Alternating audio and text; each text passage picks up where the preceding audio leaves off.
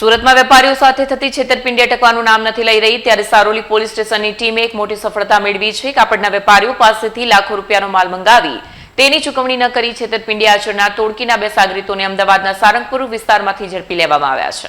મળતી માહિતી મુજબ સારોલી વિસ્તારમાં શ્રી અરહમ સિલ્ક મિલ્સ નામે વેપાર કરતા વિજિત ચંદનકુમાર શાહ સાથે 5 જેટલા શખ્સોએ સારા સંબંધો બનાવી છેતરપિંડી આચરી. આરોપીઓએ દલાલ અમિતભાઈ ગુરનાની મારફતે વેપારીનો સંપર્ક કર્યો. શરૂઆતમાં મીઠી વાતો કરી વિશ્વાસ જીતવા માટે નાના ઓર્ડરના પેમેન્ટ સમયસર કરી દીધા. એકવાર વિશ્વાસ બેસી ગયા બાદ આરોપીઓએ અલગ અલગ પેઢીઓના નામે કુલ ₹39,63,228ની કિંમતનો કાપડનો માલ મંગાવ્યો. આ માલ મેળવ્યા બાદ વેપારીને પેમેન્ટ માટે વાયદા આપીને ગલ્લા તલ્લા કરી છેવટે રકમ ન ચૂકવી છેતરપિંડી આચરી. ફરિયાદ નોંધાયા બાદ સારોલી પોલીસ ઇન્સ્પેક્ટર SR વેકરિયાના માર્ગદર્શન હેઠળ એક ખાસ ટીમ બનાવવામાં આવી અને બાતમીના આધારે સારોલી પોલીસે અમદાવાદના સારંગપુર વિસ્તારમાં દરોડો પાડી આરોપી નરેશ હીરાલાલ ખટીક અને ગૌરવકુમાર મહેશ મકવાણાની ધરપકડ કરી છે. હાલમાં પોલીસે આ બંને આરોપીની ધરપકડ કરીને કાર્યવાહી હાથ ધરી છે. આ ગુનામાં સંડોવાયેલા અને આરોપીઓ છગન ભાટી, જયદીપ સોની અને દલાલ અમિત ગુરનાનીને પકડવા માટે ચક્રો ગતિમાન થયા છે.